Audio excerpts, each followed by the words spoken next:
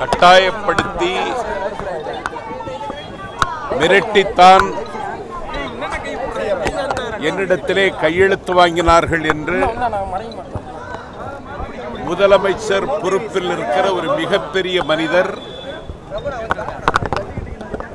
பட்டவர்த்தனமாக இன்றைக்கு ஒரு பொய்யை சொல்லுகிறார். கட்டாயப்படுத்தி மிரட்டி கையெழுத்து வாங்குவதற்கு இவர் என்ன சின்ன குழந்தையா? ஒரு முதலமைச்சர் பொறுப்பில் இருக்கிறவரை மிரட்டி கட்டாயப்படுத்தி கையெழுத்து வாங்க முடியுமா? அப்படி எதுவும் நடக்கவில்லை என்று கழகத்தினுடைய பொதுச் செயலாளர் சின்னம்மா அவர்கள் தெளிவுபடுத்தி இருக்கிறார்கள். இவர் ஏற்கனவே இதற்கு திட்டமிட்டு விட்டார் என்பதை நான் அறிவேன்.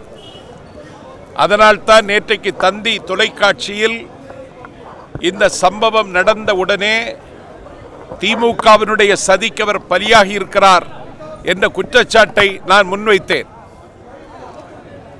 திராவிட முன்னேற்றக் கழகத்தை சில முக்கிய நிர்வாகிகள் 3 மாதத்தில் ஆட்சி மாற்றம் நடக்கும் என்று சொல்லுகிற பொழுது எப்படி சொல்லுகிறீர்கள் என்று இவர் திருப்பி கேட்கவில்லை. சட்டமன்றத்திலேயே திமுகவினுடைய எதிர்க்கட்சி துணைத் தலைவர் மதிப்பிற்குரிய துரைமுருகன் அவர்கள் ஓ பன்னீர்செல்வம் அவர்கள் முதலமைச்சராக நீடிப்பதற்கு எங்கள் ஆதரவு எப்போதும் உண்டு என்று சொல்லுகிறார் என்றால் இந்த அத்துமீறலை அவர் அப்போது கூட எதிர்க்கவில்லை.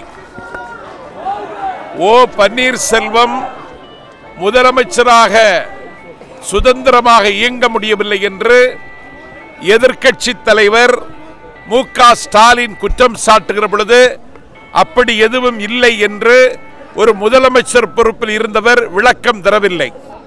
ஆகவே வாய்மூடி மௌனியாக இருந்து கள்ளத்தனமாக நடவடிக்கைகளிலே ஈடுபட்டு இன்றைக்கு அதை வெளிப்படையாக அறிவித்திருக்கிறார். அனைத்து இந்திய அண்ணா திராவிட முன்னேற்றக் கழகம் இது ஒரு பட்டத்து யானை.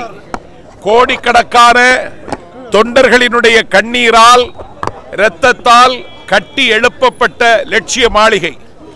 அம்மா அவர்கள் மக்கள் திலகம் எம்ஜிஆரின் மறைவிற்கு பிறகு இந்த பயணத்தை தொடங்கிய காலத்தில் அன்றைக்கு ஜானகி அணியில் இருந்தவர் இந்த ஓ பன்னீர்செல்வம். அம்மா அவர்கள் இவரை முதலமைச்சராக்கி அழகு பார்த்தார். அதற்கு தருகிற விலை இதுதானா என்பதை அவர் இன்னும் யோசிக்க வேண்டும் என்று நான் கேட்டுக்கொள்கிறேன். எல்லோரும் ஏகமனதாக சின்னம்மாவை முதலமைச்சராக தேர்ந்து எடுத்ததற்கு பிறகு நேற்றைக்கு இப்படி ஒரு முடிவை அறிவிக்க வேண்டிய சூழல் ஏன் வந்தது என்பதை அவர்தான் உலகத்திற்கு தெளிவுபடுத்த வேண்டும். ஆகவே பொதுமக்களும் தொண்டர்களும் ஏற்றுக்கொள்ளுகிற ஒருவர் கழகத்தின் பொதுச் செயலாளர் ஆக வேண்டும் என்றும் முதலமைச்சர் ஆக வேண்டும் என்றும் அவர் சொல்வதன் மூலம் யாருக்கோ பலியாகிவிட்டார் என்பது அப்பட்டமான உண்மை. அது 2 நாளில் வெளிச்சத்திற்கு வரும். இந்த நாடகம் நீண்ட நேரத்திற்கு நடத்தி கொண்டிருக்க முடியாது என்பதை திட்டவட்டமாக தெரிவித்துக் கொள்கிறேன்.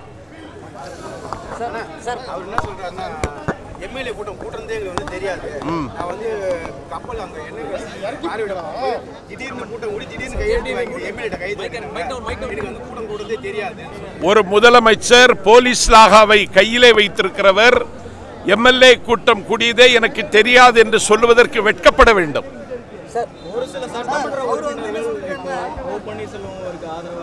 எம்பி மைத்ரேயன்லாம் அங்க உட்கார்ந்திருக்காரு சார். இதுக்கு என்ன சார் காரணம்? இல்லை, எம்பி மைத்ரேயன் அங்கே இருப்பதாக எனக்கும் தகவல் வந்தது. அவரிடத்திலே நாங்கள் பேச இருக்கிறோம்.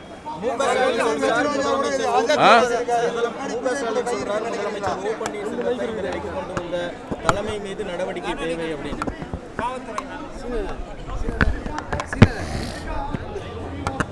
இதுதான் திமுகவினுடைய பிறவி குணம். இன்னொரு கட்சியினுடைய நடவடிக்கைகளில் அத்துமீறுவதும் இன்னொரு கட்சியின் மீது அதிகாரம் செலுத்த ஆசைப்படுவதும் தான் திமுகவினுடைய பிறவி குணம். இது ஒரு மிகப்பெரிய கட்சி. ஒரு ஆளுமை உள்ள பெர்சனாலிட்டி தான் இந்த கட்சியை நடத்த முடியும். சாதாரணமானவங்க எல்லாம் நடத்த முடியாது. சார் இப்போ தமிழகத்தில் ஒரு விதமான ஒரு சூழல் கலவையாக போயிட்டு இருக்கு. இந்த சூழலை பயன்படுத்தி எந்த எம்எல்ஏக்கள் அதான் பக்கத்து பில்டிங்ல இருக்கே, போய் பாருங்களேன். எல்லா எம்எல்ஏக்களும் எங்க கூட தான் இருக்கும், அம்மா கூட தான் இருக்கு. சின்னம்மா ஓபிஎஸ் பின்னாடி இருந்து சிலர் செயல்படுத்ததா குற்றச்சாட்டு தொடர்ந்து அதிமுக சார்பாக வச்சிட்டு இருக்கீங்க. யாருன்னு நீங்க நினைக்கிறீங்க? திமுக திமுக திமுக. ஓபிஎஸ் வந்து திமுகவோட இணைஞ்சாருன்றீங்களா? ஆமா ஆமா, எப்படி? வெளிப்படையாகவே துரைமுருகன் ஓபிஎஸ் முதலமைச்சராக நீடிப்பதற்கு எங்கள் ஆதரவை தருவோம்னு சொல்லியிருக்காரு. ஏன் சொன்னார் அவரு? இவர் ஏன் அதை ரியாக்ட் பண்ணல? புது முதல்வர் தேர்வுக்காக ஆளுநரிடம் கடிதம் தந்துமே கூட இப்ப வரலும் ஆளுநர் சென்னைக்கு வராது, எப்படி பாக்குறீங்க? இது ஆளுநர் தன்னுடைய கடமையை செய்யவில்லை என்கிற கவலை எங்களுக்கு இருக்கிறது. ஆளுநரை எதிர்பார்க்கிறோம். பாரதிய ஜனதாவும் ஓபிஎஸ் பின்னாடி இருக்குன்னு நினைக்கிறீங்களா? பாரதிய ஜனதா அதற்கு ஆசைப்படலாம். என்ன நோக்கம் இருக்கும் பாரதிய ஜனதாவோட நோக்கம்? அவர்கள் கால் ஊன்றுவதற்கு முயற்சிக்கலாம்.